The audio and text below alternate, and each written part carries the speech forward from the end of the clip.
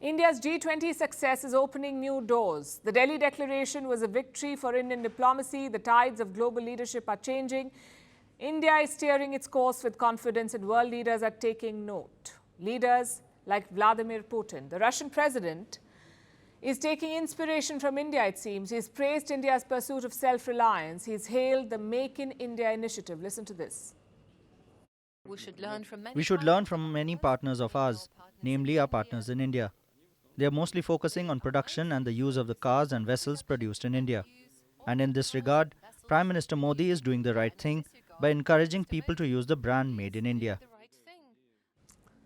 Prime Minister Modi is doing the right thing, he says. Putin is clearly impressed by Make in India. And this is not the first time he's praised this idea. He talked about the same in the month of June as well. Putin said Make in India has had an impressive effect, and the idea is worth emulating. Make in India is, in fact, generating a lot of buzz. Yesterday, Apple launched new iPhones. For the first time, the company is selling Made in India iPhones on launch. We'll discuss that in detail in just a bit. But the larger initiative of achieving self-reliance through Make in India has completed 8 years now. And in these 8 years, foreign direct investment in India has almost doubled, from around $45 billion in 2014-15 to $83 billion in 2022. What do you think has enabled this turnaround? One of the biggest reasons is incentives. Many production-linked schemes have been rolled out. Manufacturers are getting concessions when they churn out products from India, and these incentives are in the form of tax breaks. They're available in 14 sectors, from mobile manufacturing to pharmaceuticals, automobiles, telecom, textile, even batteries. These incentives have helped boost FDI in India and unlock the potential of Make in India. The Russian president wants to do the same. He's making a push for Make in Russia. Putin is yet to spell out how he will execute this. But he joins a growing list of leaders aiming for self-reliance, from Chinese President Xi Jinping to US President Joe Biden and, of course, Prime Minister Modi of India. Every leader is pushing for self-sufficiency. In Russia's case, the need is more urgent. Russia faces serious growth constraints. There are tough Western sanctions. Leading Russian banks are being treated like outcasts. They are being cut off, or they have been cut off, from the global financial system. And the Russian ruble is struggling. Last month, its value plummeted drastically. $1 was worth more than 100 rubles. In fact, 2023 has been a bad year for the Russian currency. It has been one of the worst performers this year. So Moscow has made some interventions. Russia's central bank has raised interest rates. It's a desperate attempt to prop up the ruble. It resulted in some recovery, but the fight is still on. This afternoon, $1 was still worth about 100 rubles. Then there is the challenge of inflation. Even Putin is unable to ignore this. Inflation in Russia is more than 5%, which does not sound very bad, but apparently President Putin finds it worrying, and here's what he said. Of course, we need to influence this.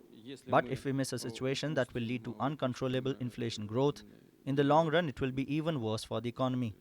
Because in conditions of high inflation, it's practically impossible to form business plans. According to the Russian central bank, 4% inflation is ideal. Anything above that is a problem. And Putin is talking about the same. High inflation usually leads to high interest rates, and no business would like that. That's because loans become more expensive with higher interest rates.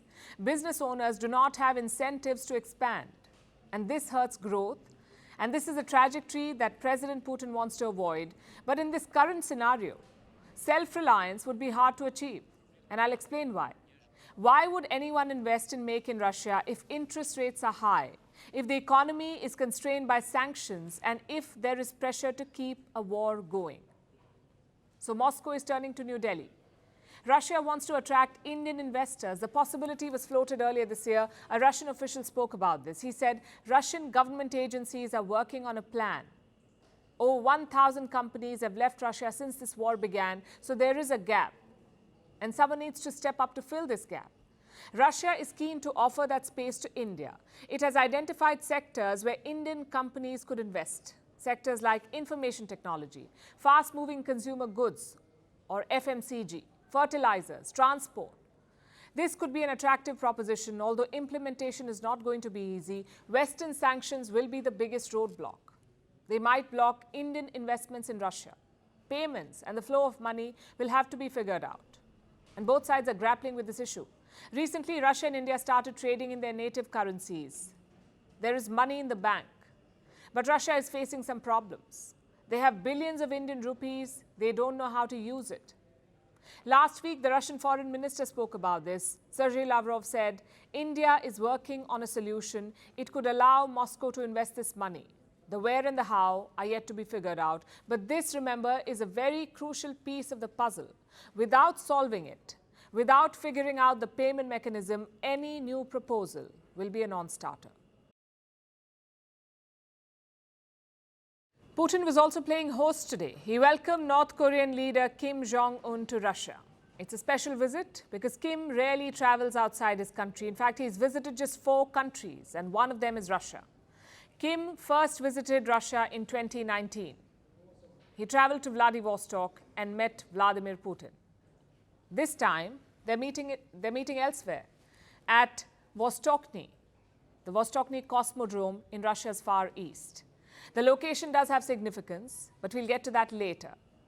Kim departed North Korea around afternoon on Sunday. He traveled on a private armored train. It reached the Russian Cosmodrome earlier today. Once there, the tour began. Putin personally showed Kim the entire facility, the launching pad, the assembling site, the design centers, all of it. The North Korean leader seemed very invested. He also asked questions to the Russian officials present there. After the tour, both leaders held talks. Putin thanked Kim for accepting his invite to visit Russia. Of course, we need to discuss the issues of economic cooperation and humanitarian issues, as well as the situation in the region. We have a lot of issues to discuss. I am very glad to see you. Thank you for accepting our invitation and coming to Russia. Kim Jong-un had a lot more to say. He said Russia is fighting a quote-unquote sacred war with the West. And for that, Kim offered his unconditional support. Listen to this now. Russia is now in the sacred fight against hegemonic forces in order to protect its sovereignty and security interests. We have constantly expressed our full and unconditional support for all the decisions taken by the President and the Russian leadership. And I want to assure you that we will always be together with Russia in the fight against imperialism. Could that also mean weapons? The United States believes it does. They say Kim Jong-un will sell weapons to Russia, weapons that could be used in Ukraine. Both Moscow and Pyongyang have denied this claim, but then again, that's been the trend. The West says Iran is arming Russia. Tehran denies this. The West also says Chinese companies are backing Russia. Again, Beijing denies this. But beyond the defense deals, what does this visit mean? For Putin, it's not a good look. A decade ago, he was attending G8 talks in the West. Now he's courting the most isolated leader in the world. From any angle, it's a downgrade. But for Kim Jong-un, it's a big deal. He is facing Western pressure to give up his nukes. The sanctions have crippled his economy, so Kim Jong-un needs allies, and who better than Russia? One of the biggest exporters of food and fertilizers. Pyongyang could easily swap some weapons for food. But Kim's wish list is longer. He'll be hoping for some help in the rocket and satellite departments. Which brings us to the meeting venue. Why a cosmodrome? Vostochny symbolizes Russia's space ambitions. You see, during the Cold War, most of the launches were done from Baikonur. But that's in Kazakhstan, which is now a different country. In 1991, the Soviet Union collapsed and Kazakhstan became an independent country. So Russia needed a new launch site. It was Putin who ordered the construction of Vostochny. The first launch was in 2016. The last was this year, Russia's ill-fated mission to the moon. So this cosmodrome is the nerve center of Russia's space program, where they build and launch rockets. Kim Jong-un could use that technology. He tried to launch a spy satellite earlier this year. 2 attempts, 2 failures. So the fear is Putin could transfer this technology to North Korea, and this would violate sanctions. But then again, let's face it, I think we are beyond the point of respecting sanctions. Putin was asked about this possibility, about collaborating on rockets and satellites, and this was his response. Let me quote, "That's exactly why we came here." The leader of North Korea shows great interest in space, in rocketry, and they're trying to develop their space program. We'll show our new projects. So Putin is open to cooperation, but what's in it for him? Why is he risking a meeting with a global pariah? I know Washington is talking about weapons, but weapons alone cannot explain such a meeting. There is some strategic thought. Two of North Korea's rivals are Japan and South Korea. Both of them are Western allies. Both have also sanctioned Russia. So Putin needs a regional counterweight, an ally who can keep South Korea and Japan occupied. Someone mercurial, powerful, and desperate. And who better than Kim Jong-un? He unveiled a tactical nuclear submarine recently. He also fired 2 ballistic missiles today. His country did. It's very rare for North Korea. They do not make big moves when Kim is out of the country. Maybe it was a message to the West. Whether Kim is home or not, the military stands ready. But coming back to Vladimir Putin, his outreach is all about convenience because his meeting with Kim may not look good today, but it does pay well. Just like his meeting with Syria's Bashar al-Assad or Venezuela's president Nicolas Maduro. As long as it suits him strategically, Putin will play any card, even the rogue dictator one. Both Russia and North Korea stand to gain from this partnership, but the wider region does not. It's a sign that camp politics is getting worse. Libya's neighbor has reignited an old debate. I'm talking about Egypt. Their government has decided to ban the face veil in schools. Now, the face veil is called the niqab. It's different from the hijab. The hijab is a hair covering. The niqab covers the entire face. Egypt says the hijab is optional, meaning students can cover their hair or not, as they wish. It is their choice as long as the guardian permits it. But the niqab is a strict no. Students cannot wear the face veil to school. The order came from Egypt's education ministry. It will be imposed in the upcoming academic year. As expected, it has triggered a debate. One side says, why should anyone tell women or girls what to wear, let alone the state?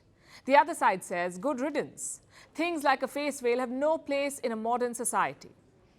So which side is right? Before we tackle that question, some facts first. Most women in Egypt do wear the hijab. They cover their hair in public, but the niqab is less common. Only a tiny minority prefer to cover their face as well. But let's be clear, both these customs are rooted in patriarchy. It's about telling women what to wear. With that said, back to our controversial question, which side is right? Honestly, bans have never solved a problem, any problem. In fact, they make things worse. You tell someone they can't do something, their first reaction is this: why not? A better option is to empower people, give them knowledge and information, let them make the right choice. For example, do you know how the idea of the hijab originated? The Quran does not talk about it. It simply asks women and men to dress modestly. Yet who does it apply to? Just women.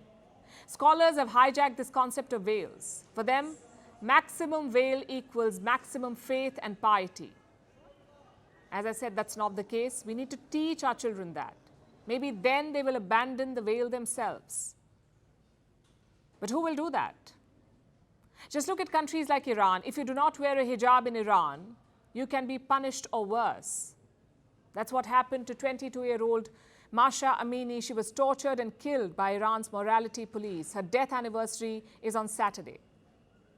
But 1 year later, what has changed? Iran's morality police are back on the streets. Women still have to wear the hijab in this country.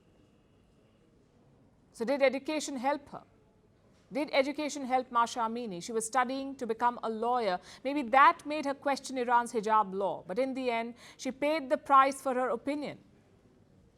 My point is, education alone will not be enough. If you live in countries like Iran, you could be punished for your dissent, for your choice.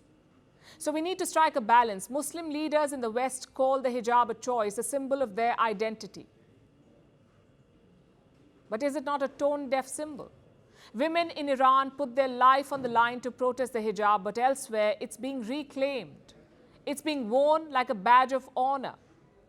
What message does this send to girls like Mahsa Amini? And I know that context matters. The context in Iran and the West is very different. But so do facts. Facts matter too. And the fact is that the hijab is rooted in patriarchy. There should be agreement on that. In the West, in India, in Iran, in Egypt, once you agree on that, you can figure out the next step. Do you ban it or do you phase it out? And that's where governments are so important. In Egypt, the government says the ban is about tackling extremism. In France, the argument is totally different. In 2004, they banned the headscarves. They banned headscarves in school in France. In 2010, they banned face veils in public. And this year, they banned the abaya in schools. The French say it's about secularism. Religion has no place in public institutions like schools. So by extension, neither do religious symbols. Now, there is some logic there. But here's what the other side says. If you ban the hijab or niqab, parents will take their children out of school. So in the end, it's the girls who suffer, one way or the other. It's always the girls who suffer. There is logic here too.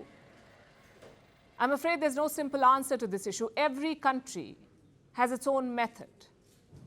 But what we can do is lay some ground rules. For instance, accept that the hijab is a patriarchal vestige.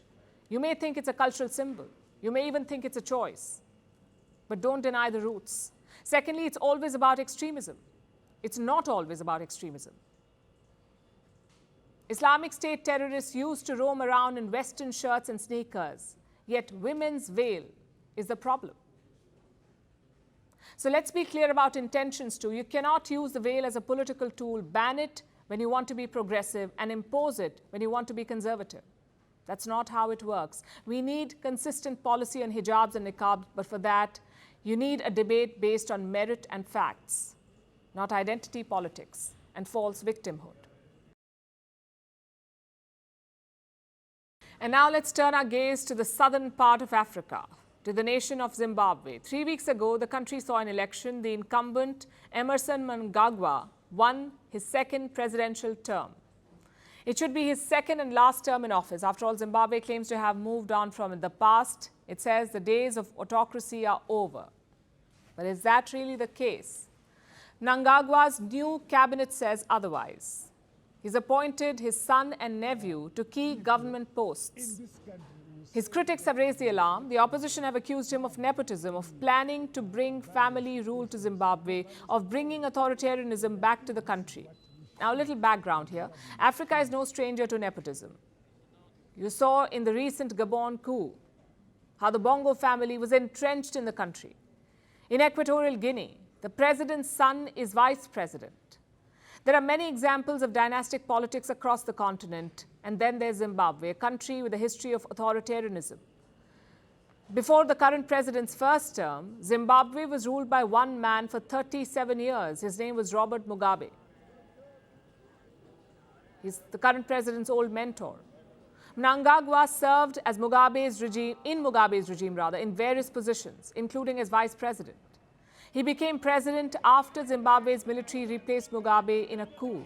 That was in 2017. At that time, there were promises of change and progress, despite the fact that same political party was in power, and Mugabe's right-hand man was given the charge.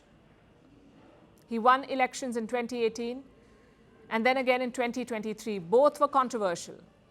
This year, observers from a South African regional bloc said the polls in Zimbabwe were not free or fair.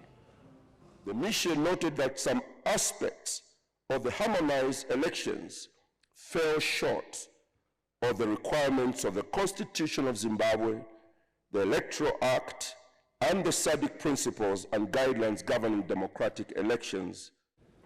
Observers from the European Union said the same thing. But Mnangagwa returned to power nonetheless. You put all this together, and you can see why Zimbabwe's opposition is worried. Last week, the winner, this man, took the presidential oath again. And he's been courting controversy ever since. These pictures are from last Friday. That's the president overseeing a graduation ceremony and handing out an honorary doctorate to his wife. That's right, his wife. That's the First Lady. She's now an honorary doctor of philosophy in law. And it's not her first honorary doctorate. Last December, she received a doctorate in development studies. Again, an honorary doctorate. And both these certificates were conferred by her husband, the president. They allegedly for her philanthropic work. Whatever the reason, this is not a great look. A president heaping awards on his wife. But it may still be better than what Zimbabwe's president did on Monday. He brought one of his sons to his cabinet. 34-year-old David Nangagwa is now Zimbabwe's deputy finance minister. He was sworn in yesterday. What experience does he have in governance? Well, none. He graduated with a law degree last week. Before that, he was an actuary. Do the qualifications make up for the lack of experience and obvious nepotism? Well, that's for the people of Zimbabwe to decide. Maybe look into who awarded those degrees to the president's son. And other than the president's son, the president's nephew also found a place in the cabinet. He's been made Zimbabwe's deputy tourism minister. This nephew is 45 years old. He's been involved in party politics for a while. So he's another loyalist in the president's cabinet, another member of the family. When you look at the rest of the cabinet, it's mostly the same from his first term. It includes ministers with a poor track record, like the sports minister, Kirsty Coventry, a former swimmer under whose tenure football left Zimbabwe high and dry.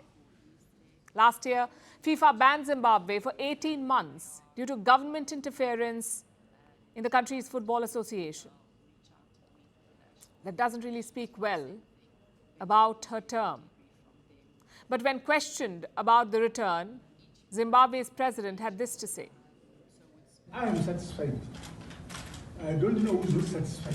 When you become president, you can remove. He's also brought back a man called Kembo Mohadi as vice president, the man who had to resign because of a sex scandal in 2021. These appointments look murkier by the day. An opposition leader put out this message after Zimbabwe's cabinet was announced. She called it a toxic mix of illegitimacy, corruption, violence, nepotism, incompetence, and sex scandals. Harsh words, but are they accurate? Will the president do anything to change this perception? Or will his focus be on propping up loyalists and paving the path for his children to take over Zimbabwe? And now it's time for Vantage Shots, images that tell the story. If you're curious about what aliens look like, do not worry. Mexico has them out on display for you. Two mysterious non-human alien corpses were displayed at Mexico's first public congressional hearing on UFOs. In China, a real-life episode of The Crocodile Hunter is playing out. Dozens of crocodiles escaped from a breeding farm during the floods. And in Hawaii, the restive Kilauea volcano is roaring back to life. It erupted for the third time this year, spewing lava. And finally, we're taking you back in history. On this day in 1993, Israel and Palestine signed the first Oslo Accord. It was the first of a pair of agreements signed on the White House lawns. This was the first time Israel and Palestine recognized each other. The accords were the closest the two sides have come to resolving the conflict. Eventually, it ended up in failure. We're leaving you on that note. Thank you for watching. We'll see you tomorrow.